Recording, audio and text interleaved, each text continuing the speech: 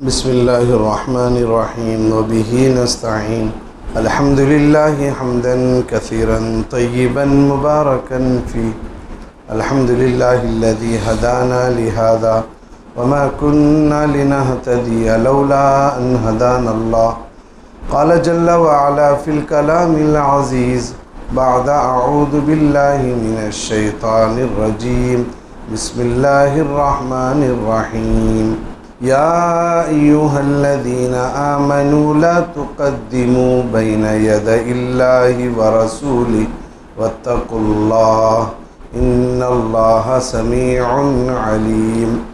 या अय्युहल्लज़ीना आमनू ला तरफ़अू अस्वातकुम फ़ौक़ सौतिन नबिय्य वला तजहरू लहू बिलक़ौलि कजहरि बअज़िकुम लिबअज़िन अन तहबत अअमालुकुम व अंतुम ला तशऊरून। इन्नल्लज़ीना यग़ुज़्ज़ूना अस्वातहुम इन्द रसूलिल्लाह उलाइकल्लज़ीना इम्तहनल्लाहु क़ुलूबहुम लित्तक़वा लहुम मग़फ़िरतुन व अज्रुन अज़ीम। इन्नल्लज़ीना युनादूनक मिन वराइल हुजुराति अक्सरुहुम ला यअक़िलून वलौ अन्नहुम सबरू हत्ता तख़रुज इलैहिम लकान खैरन लहुम वल्लाहु गफ़ूरुर रहीम। सदक़ल्लाहुल अज़ीम। मोहतरम बुज़ुर्गों और दोस्तों, सूरह हुजरात की मुकम्मल सूरत की तफ़सीर हुई थी और ज़रूरी जो अहम बातें थीं वो इस सूरत में पेश की गई। ये सिलसिला 1, 2, 3 महीनों से चल रहा है। हमारा इतना जहन नहीं है कि जितनी बातें इस सूरत के तहत में आई हैं सब याद हों और हमारे नागे भी हुए होंगे। इस सूरत की कई आयतों की तफसीर हमसे छूटी हुई होगी, तो इसलिए इस सूरत को, इसके मज़ामीन को, इसके असबाब को फिर एक मर्तबा सबकन दोहराया जाए, सबक के तौर पर इसका याद रखना हमारे लिए ज़रूरी है। और इस सूरत में अल्लाह तबारक व ताला ने अपने बंदों को किन किन चीज़ों का हुक्म दिया, उसको, उन हुक्मों को याद कर हमें जैसे याद करना ज़रूरी है। जैसे अपना अल्लाह का हुक्म है नमाज, रोज़ा है, ये चीज़ें तो हमें याद है, हज है, ये चीज़ें ज़कात है, हमें ये याद है। लेकिन इसके अलावा बहुत से अहकाम हैं, करना नहीं करना ये खुदा की तौफीक से है, लेकिन मालूम तो हो कि ये खुदा का हुक्म है, खुदा का मंशा ये है, खुदा का इरादा ये है। तो इसलिए दोस्तों, इस पूरी सूरत को 1, 2, 3 हफ्तों के लिए पूरा खुलासे के तौर पर और पूरी तफसील के साथ और असबाब के तौर पर करने का इरादा है। तो इसलिए ये सूरत की तफसीर तो हो गई, लेकिन बहुत अहम बातें जो इसके असबाब के तहत आ रहे हैं, आप उसको सुने और उसको याद कर लें। अब हमको पूरी तफसीर तो याद हो गई, लेकिन ये पूरे सूरत में चंद बातें याद हैं, बस वो जहन में है, बस होता ही। लेकिन हुक्म के तौर पर, अमल के तौर पर याद करना चाहिए। पहली बात, इस सूरत का नाम सूरह हुजरात है। क्या बोलो, इस सूरत का नाम क्या है? कुरान में कितनी सूरतें हैं? नाम बोलो। कुरान में कितनी सूरतें हैं? 114 सूरतें हैं। ठीक है, इतनी बात तो याद है। अब चलो 114 में से 14 के या 14 के नाम याद है हमें, हम उसके ऊपर तवज्जो नहीं। बहुत वक्त है हमारे पास और कामों के लिए। अल्लाह के कलाम में कितनी सूरतें हैं, ये अल्लाह का फ़ज़ल है कि कम से कम उसकी अदद तो मालूम हो गई कि 114 है। ये पक्की बात है, पक्की बात है। तो कितनी सूरतों के नाम हमें याद हैं? क्या ये ज़रूरी नहीं है? क्या ये ज़रूरी नहीं? आपसे कहा जाए कि कोई आपकी औलाद कितनी है, इतनी है, नाम बोलो, नहीं बोल पाते, तो ऐब की बात, ऐब की बात है। तो ऐसे ही अल्लाह का कलाम जो हमारी हिदायत के लिए उतारा गया, अब वो सूरत के नाम याद नहीं है। खैर, अगर याद ना करें तो कबीरा गुनाह तो नहीं है, लेकिन अल्लाह के कलाम की जितनी सूरतें हैं उसके नामों को याद करने की कोशिश करें। हमें इनके उनके बहुत नाम याद हैं। तो इस सूरत का नाम सूरह हुजरात है। क्या बोलो? सूरह हुजरात। अब हमारे पूरे कुरान जिस सूरत की तफसीर हुई है अब तक, उस सूरत का नाम क्या है? इसको याद रखें, सूरह हुजरात। क्या आपसे कोई पूछे कुरान की तफसीर हो रही है? हाँ हो रही है। किस सूरत की हो रही है? तो कुरान की तफसीर हो रही है। आपसे सवाल ये है कि किस सूरत की तफसीर हो रही है? तो कहा कि आप ये कहें सूरह हुजरात की। हुजरात बोलो। हुजरा किसको कहते हैं? हुजरा किसको कहते हैं? कमरे को कहते हैं। हुजरा कमरे को कहते हैं। ये मुख्तसर सूरत है, छोटी सूरत है। इसमें कितनी आयतें हैं? 18 आयतें हैं। कितनी आयतें हैं? सूरह हुजरात में 18 आयतें हैं। स्टॉप, जहाँ बात पूरी होती है। कहा कि 18 आयतें हैं और 2 रुकू है। बोलो, 18 आयतें और 2 रुकू है। अब सवाल ये है कि ये सूरत मदनी है। मदनी का मतलब मदीने में नाजिल हुई। ठीक है, मक्की सूरतें अलग हैं। अभी 114 में मक्की सूरतें अलग हैं, मदनी सूरतें अलग। तो ये मदनी सूरत है। अब इसमें खुलासे के तौर पर आपको याद रखना ये है, इस सूरत में पूरा खुलासे के तौर पर अल्लाह हमसे क्या कह रहा है? क्या बोलो? अल्लाह हमसे इस सूरत में क्या कह रहा है? मैं आपको उसको पढ़ के सुनाऊँ तो आप उसको याद कर लें या जहन में बिठा लें। पहली चीज़, इस सूरत में आप सल्लल्लाहु अलैहि वसल्लम के हुकूक और आदाब बयान किए गए। क्या बोलो?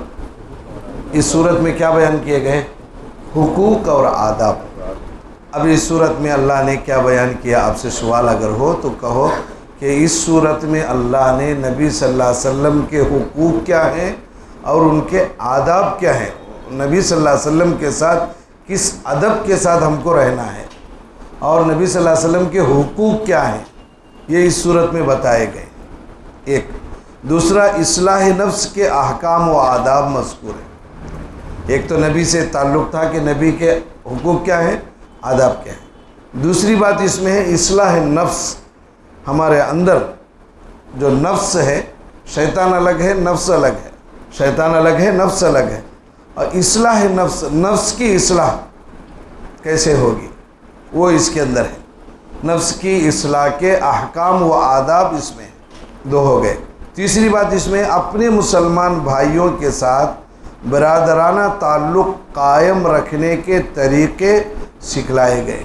तीसरी बात, पहले अल्लाह के नबी अलैहिस्सलाम। दूसरी बात, अपनी ज़ात की इस्लाह कैसे हो।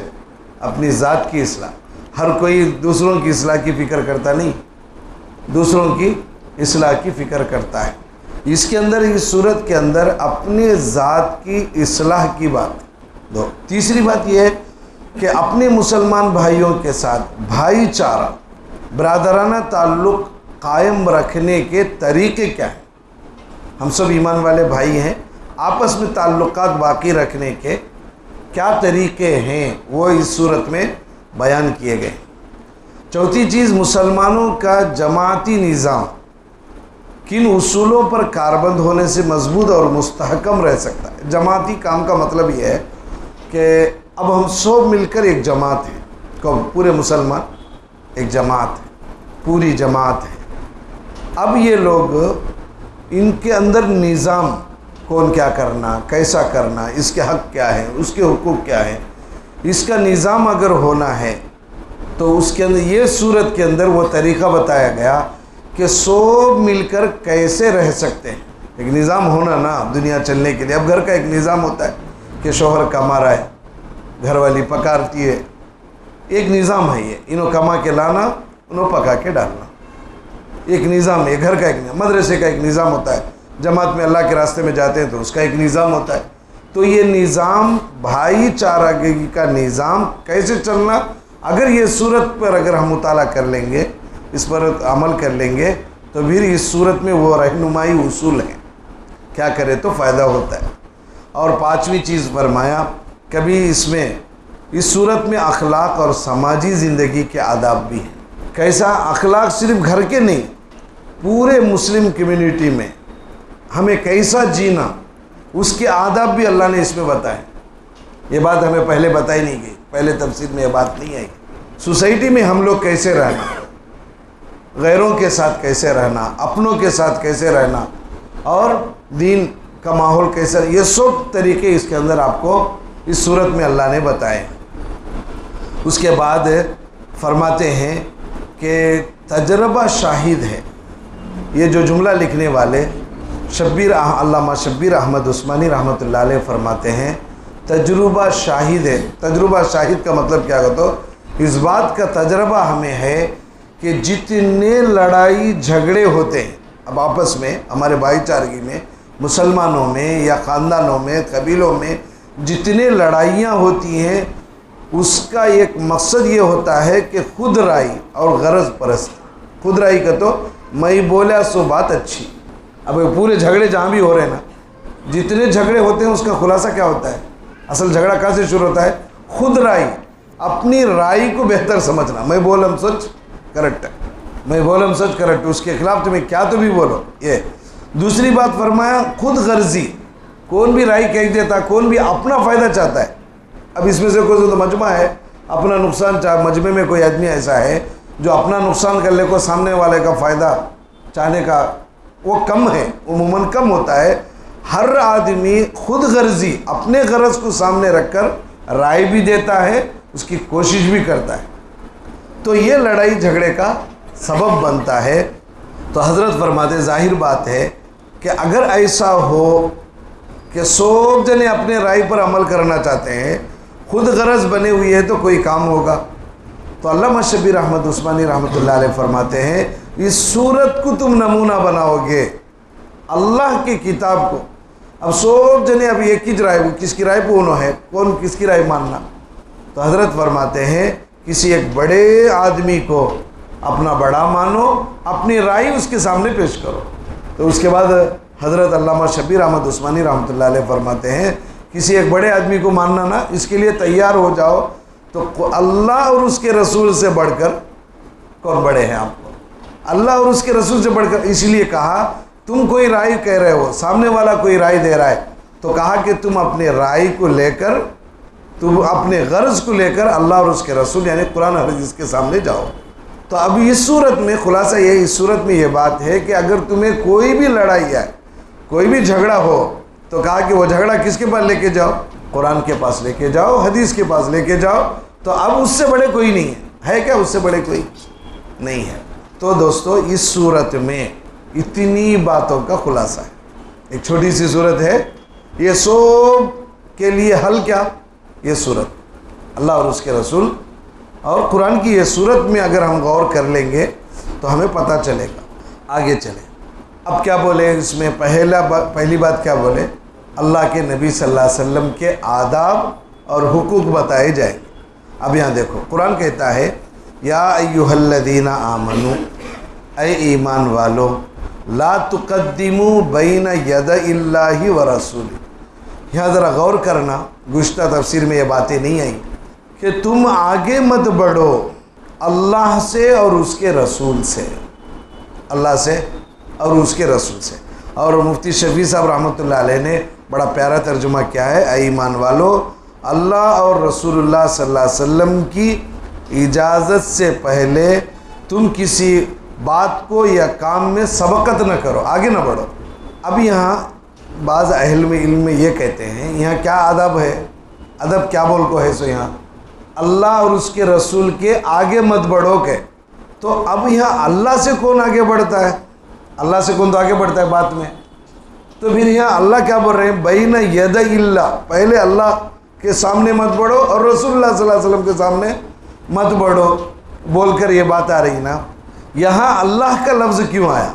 बैन यदइल्ला ही की जगह में या ईमान वालो ला तुक़द्दिमू बैन रसूलिही, बैन यद रसूलिही, ऐसा आना था कि अल्लाह के रसूल के आगे मत बढ़ो, अल्लाह के आगे मत बढ़ो।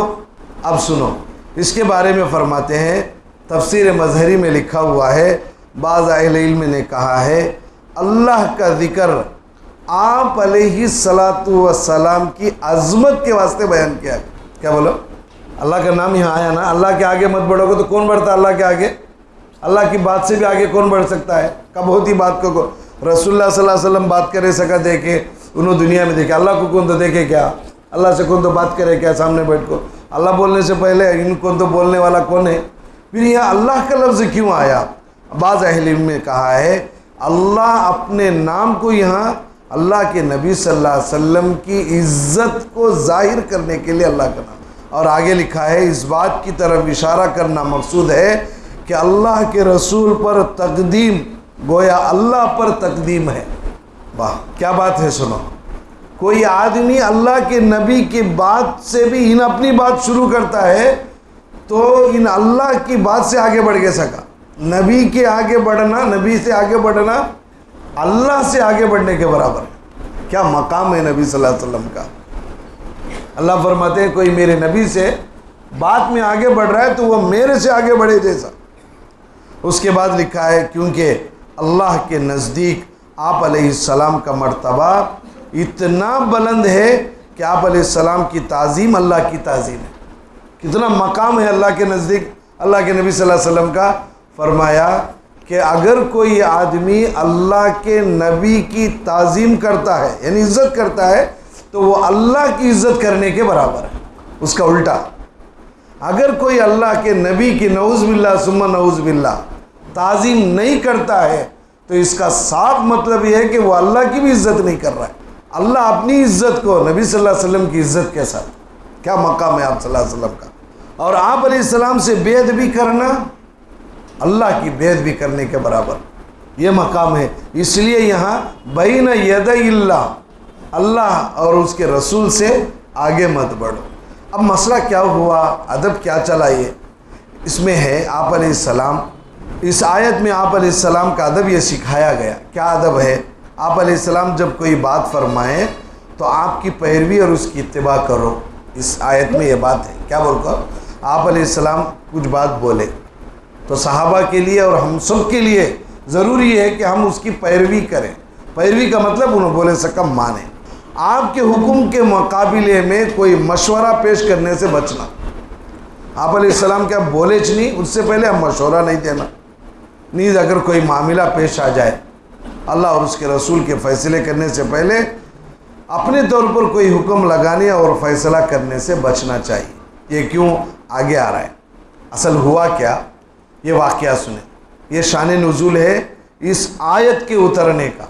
हज़रत इब्न अबी मुलैका रज़ियल्लाहु ताला अन्हु से मरवी है कि हज़रत अब्दुल्लाह इब्न ज़ुबैर रज़ियल्लाहु ताला अन्हु ने हुज़ूर सल्लल्लाहु अलैहि वसल्लम को जाकर, असल चला सो किस्सा क्या बोले तो कि रसूल हज़रत अब्दुल्लाह इब्न ज़ुबैर रज़ियल्लाहु ताला अन्हु जाकर रसूलुल्लाह सल्लल्लाहु अलैहि वसल्लम को इत्तला दिए कि बनु तमीम, क्या बोलो, तमीम का ख़ानदान वाले वो वफ़द आपकी खिदमत में हाजिर होने आ रहे हैं, आपकी खिदमत में हाजिर होना चाहते हैं या आपकी खिदमत में हाजिर हो रहे हैं।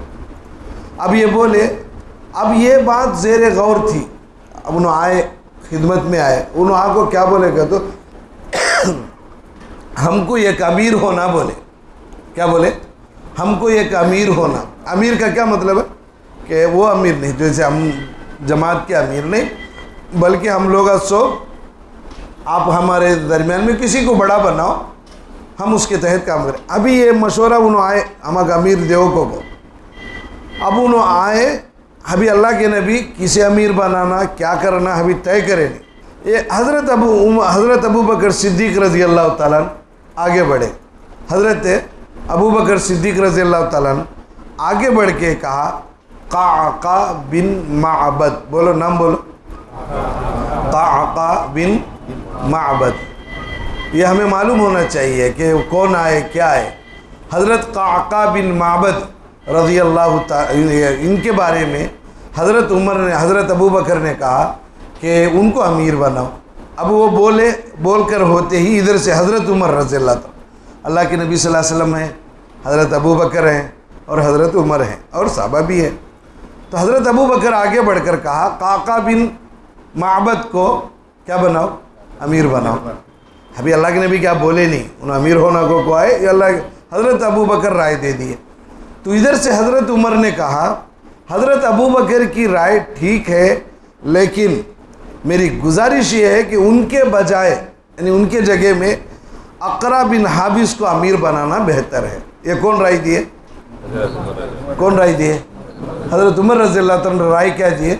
अबू बकर रज़ी अल्लाह तआला की राय ठीक है, लेकिन उनके जगह में अक़रा बिन हाबिस अगर रहे तो बेहतर रहता। अब इतना बोलना था तो हज़रत अबू बकर सिद्दीक़ रज़ी अल्लाह तआला ने कहा, ज़रा उनको नाराज़गी हुई। क्या हुआ? नाराज़गी हुई। और हज़रत उमर से फरमाया, कभी तुम्हारा मकसद मेरे राय के अपोजिट ही बोलना है। एक बात उनके ज़ुबान से निकली हो, किससे? हज़रत अबू बकर से। तो फ़ौरन हज़रत उमर ने क्या किया? वो जमे है तो क्या कहते, ये मशवरे के आदाब में से, वक्त नहीं है वरना बताता। आज हम मशवरे में क्या करते मालूम? बात काटते हैं। इसीलिए बुज़ुर्गों ने कहा कि बात मत काटो, जिसकी जो राय है वो अमीर को राय दे। कहा कि ये राय आई तो हज़रत उमर ने, अबू बकर ने कहा कि हमेशा मेरे बात की मुखालफत में लगे रहते आप, मैं कुछ बोला तो आप उसके ख़िलाफ़ बोलते। तो फ़ौरन हज़रत उमर भी हज़रत उमर है और उनको हज़रत अबू बकर के मकाम व मर्तबा मालूम है। हज़रत उमर को हज़रत अबू बकर का मकाम व मर्तबा मालूम है। उन्होंने ये नहीं कहा कि मैं, फ़ौरन हज़रत के अल्फाज हैं, हज़रत उमर ने कहा मेरा मकसद आपकी मुखालफत करना नहीं है, मेरा मकसद यानी ये जो मैं राय दिया हूँ ये राय मेरे आपकी मुखालफत मेरा मकसद ही नहीं है। फिर फरमाया और मेरा ख़िलाफ़ मकसद ये है कि मुसलमानों का इंतज़ार करना था। हज़रत बोले मेरा मकसद वो नहीं है। अब यहाँ क्या हुआ? अब बोलो यहाँ क्या चला? यहाँ क्या हुआ कि अब ज़रा इन्हों बोले उन्हों बोलते ही ज़रा बात बढ़ गई, ज़रा आवाज़ा बढ़े, ज़रा बढ़ने के बाद कुरान की ये आयत उतरी। अब हमें सोचते ऐसे क्या बोले तो क्या वो बड़े में अच्छे राय में इख्तिलाफ़ कर ले, उनकी आवाज़ आप बढ़े, अल्लाह अकबर, आवाज़ आप बढ़े, नबी के सामने फ़ैसला आया खुदा से। अब ये दोनों की राय ऊपर वाला सुनता है को कुछ ना, इन्हों दिए सो राय उन्हों दिए सो राय, ये दोनों कौन सुनता है? अल्लाह सुन रहा है। ये बात जहन में लाना, अल्लाह सुन रहा है और कुरान की आयत उतरी है। अभी नबी क्या भी बोले नहीं, तो ये दोनों क्या ज़ोर से बोल लेते हैं बोलकर बोले नहीं, लेकिन ये दोनों की फैसला इन्हों बोले सो राय इन्हों बोले सो राय, ये किसके पास गई है? अल्लाह अकबर। ये सोचने की बात है। और ये दोनों के बुज़ुर्ग कैसे बुज़ुर्ग हैं, इनकी थोड़ी इख्तिलाफ पर कुरान की आयत उतरी है। तो कुरान की आयत आई क्या बोलकर? या अय्युहल्लज़ीना आमनू ला तुक़द्दिमू बैन यदैल्लाह। यहाँ देखो अल्लाह का अबू बकर का भी नाम लिए नहीं, उमर का भी नाम लिए, और क्या प्यारे अंदाज से कहा कि ऐ ईमान वालो तुम नबी से आगे मत बढ़ो। हालांकि करना क्या था? नबी का काम क्या? इन लोगों का काम ये था, नबी का फ़ैसला क्या आता है कि उन्हें सुनना था। सुनने से पहले अचानक वो बोले। आगे देखो बहुत अहम बातें लिखी हुई है, नोट। हज़रत अबू बकर ने जो राय दी वो गलती के दायरे में नहीं। देखो इन्हों एक राय है, इन्हों एक राय है, ये दो राय जब दिए ना तो किसकी राय बेहतर है? किताबों में लिखा है, तफसीरों में, इन्हों अपने हिसाब से मुसलमानों का फ़ायदा सामने रखकर इन्हों राय दिए। हज़रत उमर जो राय दिए उनके फ़हम के एतबार से उम्मत को ये आदमी से फ़ायदा होता बोल को उन्होंने राय दिए। अब किसकी राय सही है? अल्लाह यहाँ तुम्हें राय दिए सो गलत कहा नहीं, लेकिन तुम्हें नबी से आगे बढ़ को बोले ये गलत है, तुम दोनों की राय गलत है, ये नहीं हुआ।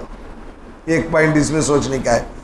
बेहतर समझते, अब उन्होंने इसको बेहतर समझते थे, लेकिन कहा कि दोनों के रायों में मुफस्सिरीन ने लिखा है इखलास था।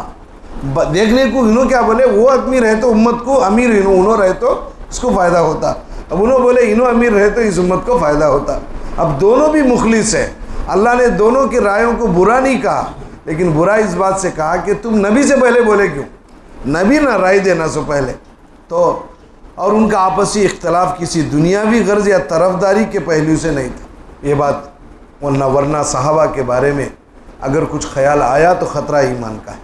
कहा कि इन दोनों का जो इख्तलाफ हुआ है, देखने को इन्हें बोले तो उन्होंने वो बात बोले, कहा कि किसी दुनियावी गर्ज या तरफदारी के पहलू से नहीं था, बल्कि जिसने जिस राय के मुसलमानों के मफाद में समझा वो राय उन्होंने दी। ठीक है, यहाँ जो आप सल्लल्लाहु अलैहि वसल्लम से आगे बढ़ने से मना किया गया, अब आगे क्या हो? अब अल्लाह के नबी सल्लल्लाहु अलैहि वसल्लम से खाली राय में भी फ़ैसले में आगे बढ़े जानी होता क्या नहीं। मुफस्सिरीन ने लिखा है इस बात में, इस बात का इशारा है कि सिर्फ फ़ैसले में नहीं है, बल्कि अल्लाह के नबी सल्लल्लाहु अलैहि वसल्लम आगे चलते हो तो तुम उनके आगे मत चलो। अल्लाह के नबी जा रहे हैं तो तुमको ये हक नहीं, ला तुक़द्दिमू, तुम नबी से आगे मत बढ़ो, उनके पीछे पीछे चलो। उनकी सवारी सामने है तो कहा कि तुम्हारी सवारी पीछे रहे, ला तुक़द्दिमू, आगे मत बढ़ो। और फिर फरमाया कि अगर नबी खाने में बैठे हों, नबी सल्लल्लाहु अलैहि वसल्लम खाने में बैठे हो, उनके खाने से पहले तुम खाना मत शुरू करो। ये ला तुक़द्दिमू में है। फिर उसके बाद आगे है दुर्र मंसूर में एक रिवायत, इसी में इस बात का इशारा है कि ये सुलूक किसके साथ है, कहा कि अपने बड़ों के साथ भी है। दुर्र मंसूर में है, कहा कि ये अपने बड़ों के साथ भी है। माँ बाप से आगे मत चलो, अपने उस्ताद से आगे मत चलो, उनके खाने से पहले तुम खाना मत खाओ। नबी से आगे बढ़ने की बात तो दूर, ये तो बड़े होने के बाद है, सहाबा की बात है। बचपन का एक वाक़या आपको मालूम होगा कि अल्लाह के नबी सल्लल्लाहु अलैहि वसल्लम जब पैदा हुए, दूध के लिए दाई हलीमा लेने के लिए आई, वो वाक़या है। दाई हलीमा आप अलैहिस्सलातु वस्सलाम को लेकर अब ऊँट पे बैठे, तो उनके जो शौहर आगे बैठे, दाई हलीमा हुज़ूर सल्लल्लाहु अलैहि वसल्लम लेकर पीछे बैठी। अब ऊँट नहीं उठ रहा है, आगे नहीं बढ़ रहा है, ऊँट को उठा रहे तो ऊँटनी नहीं उठ रही है। बहुत सोचा, बाद में ख्याल आया तो हज़रत हलीमा हुजूर को आगे लेके बैठी, शोहर पीछे बैठे, तब ऊँटनी ने उठा। ये बताने के लिए कि महबूब पीछे हो और आप सामने। अभी तो दूध पीते बच्चा है आप अलैहिस्सलाम, बचपन का ये आलम। अब तो नबी बचपन में ऊँट पे पीछे हैं, दाई हलीमा पीछे हैं, उनके शोहर सामने ऊँट पर बैठे। अब ऊँट नहीं उठ रहा है, आगे नहीं जा रहा है, उठ रहा भी नहीं। क्या करे, बच्चे को सामने लाए आका मोहम्मद सल्लल्लाहु अलैहि वसल्लम। तब ऊँट ने कहा चलो अब चलेंगे, मेरे आका पीछे, मैं कैसे चलूँ, ऐसा नहीं हो सकता है, लेकिन हम उम्मती हैं।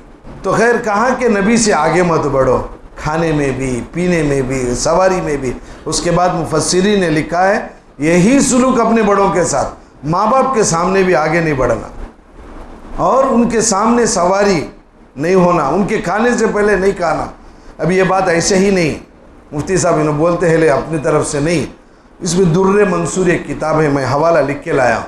अल्लाह के नबी सल्लल्लाहु अलैहि वसल्लम की खिदमत में एक बाबा बेटा दोनों आए। दुर्र मंसूर में जिल्द नंबर 5 पर ये लिखा है कि बाप बेटा दोनों मिलकर अल्लाह के नबी सल्लल्लाहु अलैहि वसल्लम की खिदमत में आए।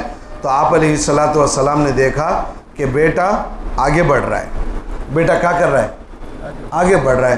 तो अल्लाह के नबी अलैहिस्सलाम ने बेटे को बुला के कहा आप पीछे रहिए, आपके बाप सामने, ये लिखा है। उसके बाद दूसरी हदीस में है, इससे बात मालूम हो रही है उलमाए दीन और दीनी मुक्तदाओं के साथ भी यही अदब मालूम रखना है। जो उलमा हैं, मशाइख हैं, दीन के काम करने वाले हैं, उनसे भी आगे ना बढ़े।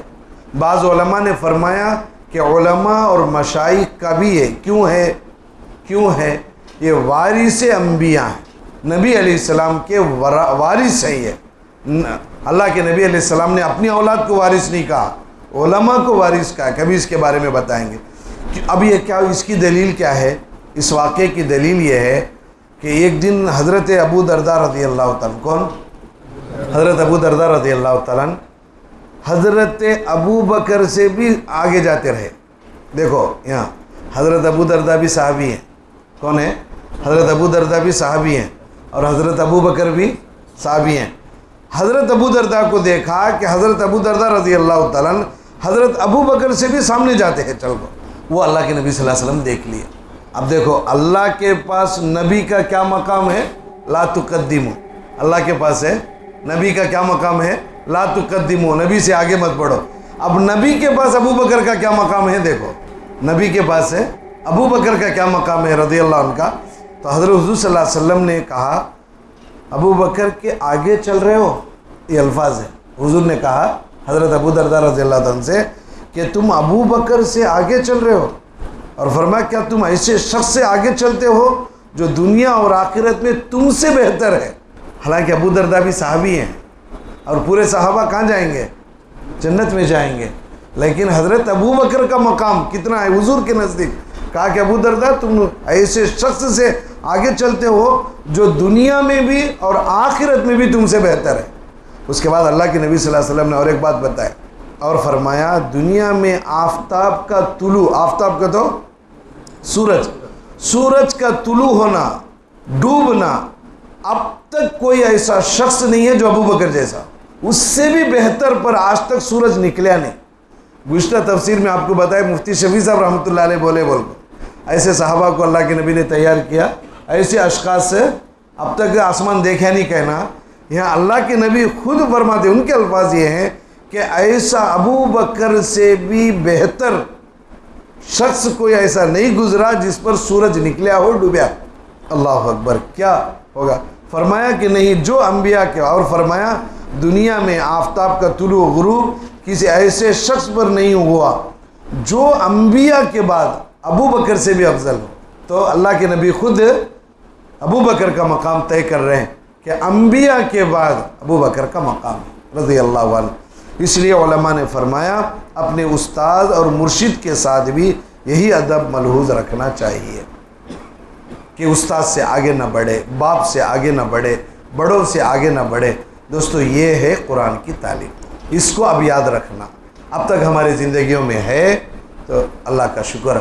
नहीं, हम अपने उस्ताद से आगे बढ़ रहे हैं, बाप से आगे बढ़ रहे हैं, बड़ों से आगे बढ़ रहे हैं, तो अब हम तौबा कर लें, वरना अल्लाह को फरमा रहे हैं कि आप आगे मत बढ़ो।